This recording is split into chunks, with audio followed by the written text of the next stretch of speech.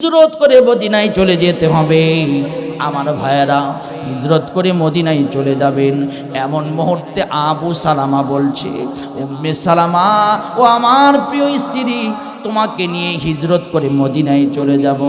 কিন্তু ব্যাপারটা এমন নয়, একটু মনোযোগ দিয়ে বোঝার চেষ্টা করবেন। আবু সালামার চাইতে উম্মে সালামার পরিবার হলো শক্তিশালী পরিবার, শ্বশুরবাড়ির পরিবার হলো শক্তিশালী পরিবার। ডাক দিয়ে বলছে, জামাই তুমি কোথায় যাও? বলছে, রাসূলের প্রতি ঈমান এনেছি। এত মহব্বত ছিল স্বামী স্ত্রীর। আবু সালামা এবং উম্মে সালামা একসঙ্গে খাইতো। তাদের একটা প্লেট ছিল, একটা গ্লাস ছিল, একটা বালিশ ছিল।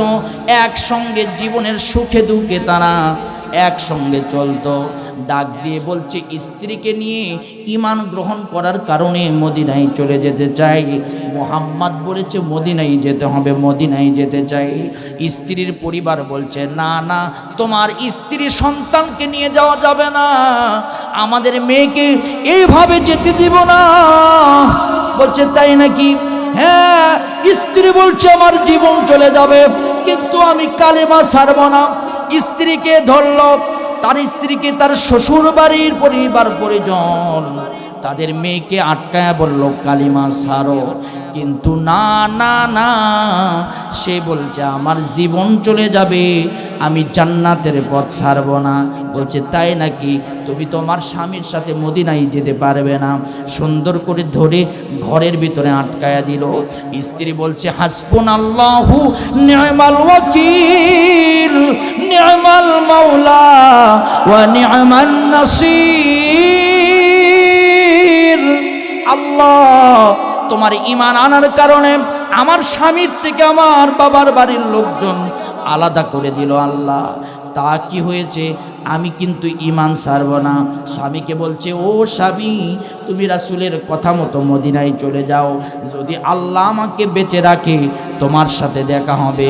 আবু সালামা মনের ভিতরে কষ্ট নিয়ে প্রিয় স্ত্রীকে ছেড়ে আবু সালামা মক্কা ছেড়ে মদিনায় চলে যায়। আর বারবার আবু সালামা পিছের দিকে তাকায় আর বলে, আল্লাহ, আমি ইসলামের কারণে আমার সন্তান ছাড়া হলাম। আমার ছোট্ট সন্তানকে তারা আমার কাছে থাকতে দিল না, আমার স্ত্রীকেও আমার কাছে থাকতে দিল না। আমার একান্ত আপনজনেরা আমার খুব সুন্দর করে ঈমানটা বোঝেন আপনারা, আর আল্লাহ কেমন করে পুরস্কার দিবেন সেটাও বোঝেন। আবু সালামা যাবার পর মনটা ভালো নাই, কারণ স্ত্রী ছাড়া স্বামী কিন্তু কোনোদিন ভালো থাকতে পারে না। রাসূল বলেছেন, জাওজাতুন মুমিনাতুন তুইনুহু আলাল ঈমান। যার একটা ইমানদার স্ত্রী আছে, সেই মানুষটা সারা দুনিয়ার চাইতে বড় রাজত্ব তার ঘরে পেয়েছে। হযরতে আবু সালামা মনটা বড় কষ্ট লাগে, এত কষ্ট অনুভব করে। আবু সালামা একটা পাহাড়ের ভিতরে বৈশা সন্তানের কথা মনে পড়ে, স্ত্রীর কথা মনে পড়ে, মনটা অত্যন্ত খারাপ, চোখ দিয়ে টপ টপ করে পানি পড়ে। আমার মুরব্বী বাবাজিরা, যাদের স্ত্রী দুনিয়া থেকে বিদায় নিয়েছে আর যারা বেঁচে আছে কিন্তু স্ত্রী দুনিয়াতে নাই, এখন বুঝবে স্ত্রীর মায়া কত, স্ত্রীর ভালোবাসা কত। দুঃখের সুখের কোনো গল্প পর্যন্ত করতে পারে না। এই জন্য দাঁত থাকতে দাঁতের মর্যাদা দিতে হয়, দাঁত হারায় গেলে কিন্তু দাঁতের মর্যাদা দিয়া লাভ নাই। আওয়াজ তুলে বলেন ঠিক কিনা?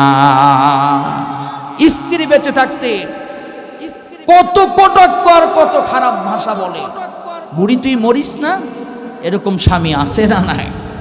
মারতে মারতে এমন মার দেয়, ওই আব্বা না কোয়া পর্যন্ত তোরে ছাড়ব না। কথা বলেন ঠিক কিনা?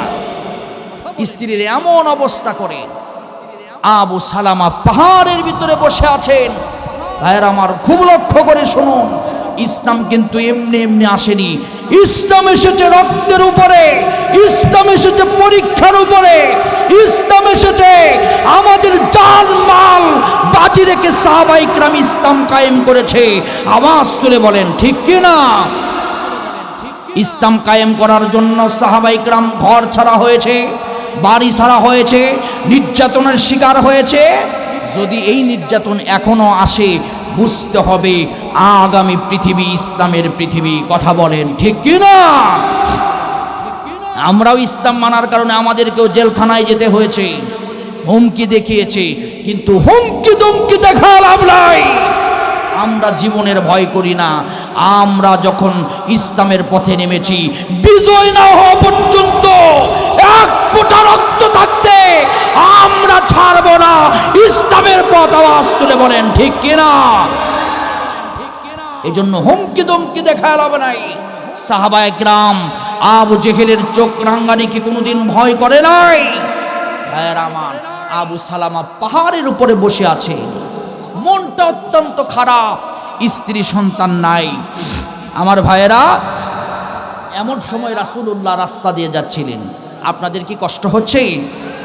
আপনারা কি আমার উপর রাগ করতেছেন?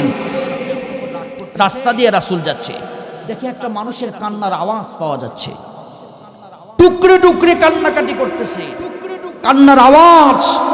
আল্লাহ নবী বলল, কে কান্নাকাটি করে? কিন্তু বোঝা যাচ্ছিল না যে কে কান্নাকাটি করতেছে।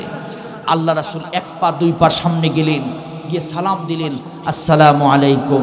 আওয়াজ তুলে বলেন তো, সালাম দেওয়ার দরকার আছে না নাই? সালাম দিলে খুশি হন কে? জোরে বলেন, খুশি হন কে? রহমত নাজিল করেন কে? আল্লাহর রাসূল কাছে গিয়ে তাকে সালাম দিলেন, আসসালামু আলাইকুম ওয়া রাহমাতুল্লাহি ওয়া বারাকাতুহু। নবীর সালাম শুনে আবু সালামা পিছনের দিকে তাকায়া ওয়া আলাইকুমুস সালাম বললেন। আবু সালামা দাঁড়ায়া গেলেন। নবী বললেন, আবু সালামা রে, তোমার কি হয়েছে? তোমার মনে কি ব্যথা নাকি বেদনা নাকি? আবু সালামা বলছে, ইয়া রাসূলুল্লাহ, ইয়া হাবিবাল্লাহ, আমার স্ত্রীকে রেখে এসেছি মক্কায়, আমার সন্তানকে রেখে এসেছি। আমার সন্তানের মায়ায় আমার বুকটা ফেটে যাচ্ছে, আমার স্ত্রীর মায়ায় আমার বুকটা ফেটে যাচ্ছে। কারণ আমার স্ত্রী ওই সেই তার বাবার বাড়িতে তাকে বন্দি করে রেখেছে। কি যে অবস্থা করেছে, কালেমা ছেড়ে দিতে বলে, কিন্তু স্ত্রী বলেছে কালেমা ছাড়বে না। আমার নবী হাত ধরলেন, ভাইয়ের আবার ধরে বললেন, আবু সালামা, এই দুনিয়াতে মহিলাদেরকে আল্লাহ পাক আকর্ষণে বানিয়েছেন, তোমার আকর্ষণ হবে এটাই স্বাভাবিক। যুয়্যিনা লিন-নাসি হুব্বুশ শাহাওয়াতি মিনান নিসাই ওয়াল বানিন ওয়াল কানাতিরিল মুকান্তারাতি মিনাজ যাহাবি ওয়াল ফিদ্দা। জোরে বলেন আল্লাহু আকবার। আল্লাহ নবী হাত ধরে বললেন, আবু সালামা, দুঃখ পেও না, কষ্ট পেও না। তোমার ইসলাম কায়েম করার জন্য, আল্লাহর দ্বীনকে জমিনে কায়েম করার জন্য মক্কা ছেড়ে মদিনায় এসেছো। তুমি স্ত্রী ছেড়ে এসেছো, সন্তান ছেড়ে এসেছো। আবু সালামা, আজকে তুমি আমাকে বলো, আমি মুস্তাজাবুদ দাওয়া। আমার নবী কিন্তু মুস্তাজাবুদ দাওয়া ছিলেন। আমার নবী হাত তুলতে দেরি হয়েছে, আল্লাহ পাক আরশে কবুল করতে কিন্তু দেরি হয় নাই। আমার নবী মনে মনে দোয়া করেছেন, আল্লাহ সেটাও কবুল করেছেন। কদ নারা তাকাল্লাবা ওয়াজহিকা ফিস সামা। আমার নবীকে আল্লাহ বলেছেন, আপনি মনে মনে ইচ্ছা পোষণ করেছেন ওই বাইতুল্লাহর দিকে হয়ে নামাজ পড়বেন, আপনি বাইতুল্লাহর দিকে হয়ে যান। 4 রাকাত নামাজে 2 রাকাতে আমার নবী, 2 রাকাতে আল্লাহর নবী বাইতুল্লাহর দিক হয়ে গিয়েছেন। আমার নবী হ্যাঁ বললে হালাল, না বললে হারাম। আমার নবীকে আল্লাহ পাক নিজেই ভালোবাসেন, হাবিবুল্লাহ বলেছে। নবী বলছেন, আবু সালামা, তোমার মনের বেদনার কথা আমি বুঝতে পেরেছি। আবু সালামা, এই মুহূর্তে বলো, আমি নবী তোমাকে হাত ধরে বলছি, তুমি যা যা বলবে আমি আল্লাহর কাছে তাই তাই দোয়া করব, আর সেই দোয়া আমার আল্লাহ কবুল করে নিবে।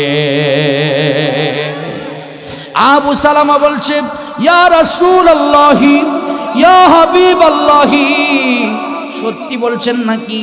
আল্লাহ আমার দোয়া কবুল করে নেবে। হ্যাঁ হ্যাঁ, সত্যি করে বলছি।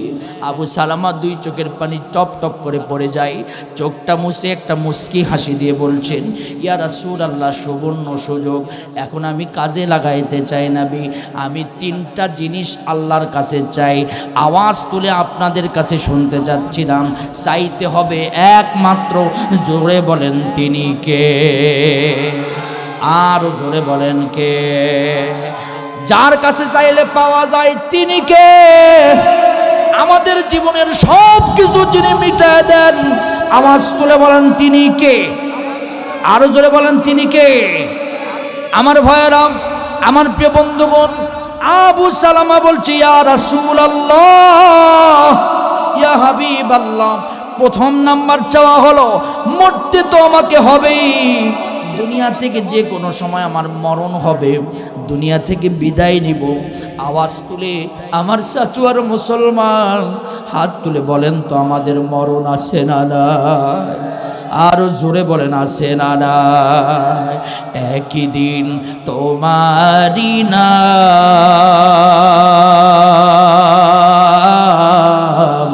মসজিদে হবে এলান, একই দিন তোমারি নাম